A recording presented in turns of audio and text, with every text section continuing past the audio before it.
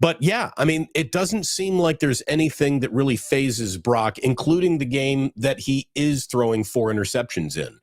Again, sometimes you show who you are when things are going at their worst, right? Yeah. It's easy to maintain a strut when things are going well. It's another thing to not have a rattled demeanor about you when things are going poorly. And I was really impressed by Brock about that. And I know that this is people saying, a week ago that sounded like excuses. This week, it sounds like some evidence of significant quarterback play being in that young man. It's the clarity of hindsight is amazing. It really, truly is. Speaking of Brock, Larry, he's the first 49ers quarterback with 30 touchdown passes in a season since Jeff Garcia back in 2001. The franchise record is 36. That was Steve Young in 98. Young did it twice. Garcia did it twice. Joe Montana, John Brody, and now Brock Purdy is in that 30 touchdown neighborhood. He also became the 49ers single season passing yardage leader, as we've already discussed, and he did it in 16 games. So no Roger Maris asterisk needed in any way, shape, or form. And now we get to the real impressive number. His 8 games with a passer rating of 120 or higher are tied for the second most in a single season in NFL history. I mean, prolific efficiency is what the 49ers have come to expect from this guy, and he delivers more often than not. It's been one of the coolest things I have ever seen since covering Bay Area sports, any team, any season. In sports, we're programmed to expect things, but we're also programmed to not expect things. Even while Kyle Shanahan was cutting Trey Lance, he couldn't have expected this from Brock Purdy. He's making the hardest choice of his career, and it turned out even better than even Shanahan could have possibly imagined. This is one of the greatest quarterbacks in the history of the 49ers. That's a big mouthful of quarterbacking compliment. No doubt. I mean, that's why this, it's funny. It's like it hit me watching this guy, in his rookie year that, just in camp, and in mini camp, that what we were looking at was nothing normal. It wasn't normal to see a guy drafted last show up in mini camp and literally master every drill like he had been there for 5 years. Right. And that's what he did. That's what this guy did. And when I kept seeing it, and I'm like, am I watching what I think I'm watching? And, you doubt yourself because it's like the too good to be true thing. How many things in life are too good to be true? In some ways, Brock Purdy's too good to be true. And immediately you're like, oh, there's got to be another shoe to drop here. This has got to be, fool's gold. There's got to be some return to the mean, or what, there had to be some bounce back, market correction, something. And it was, everybody was logical to be expecting that and to be waiting for that. And I understood that, but, the more I saw this guy, I saw this guy's the real deal. Yeah. He's got, not only does he have all the physical traits that you're looking for, arm strength, quickness, body strength. He's kind of a thick guy.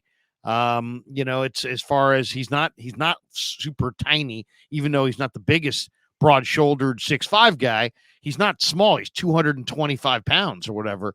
He's got some size on him. He's a decent sized player. And then he's also got great quickness, but his true gifts are, the heart, the brain, right, everything that you can't see. Stuff that you can't see. And that's why people miss, because you can't see what makes him great. It's not readily apparent unless you actually watched Iowa State football. And how many of us actually watched Iowa State football? Not very many. And so it's like, I've really laughed to myself when people scoffed when I was like, man, this guy's a little bit better than you think, and it was like, oh, come on. It's either Lance or Garoppolo. And yet I've been at all these camps and all these practices, and this guy was clearly better than Garoppolo. much more consistent than Lance, much, much better of a playmaker than Sudfeld. And it was like, I'm sitting there watching this going, am I watching this right? And sure enough, here we are, a couple of short years later, this guy's not just a starting quarterback of the team, he's a star.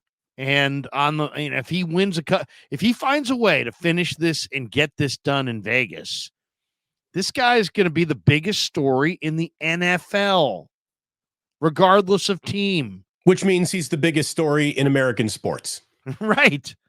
That's what that means. That's an amazing distance to travel from Mr. Irrelevant, last pick in the draft. Nobody really believes in you. You're going to get cut for Nate Sudfeld, to you made the team. You've won games. You've won playoff games. I mean, if by chance this guy gets to and wins the Super Bowl, 2-0 last year, I guess 2-1.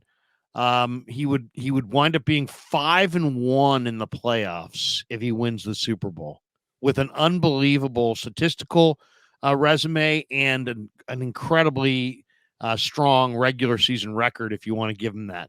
So it's an amazing story. It absolutely is an amazing story. And then to see him get the game ball last night, to see Trent Williams embrace him outside the locker room and just say, hey, man, way to go, to see his teammates kind of support him. Debo walking in with a Brock Purdy for MVP jacket that Kyle Juszczyk's wife made.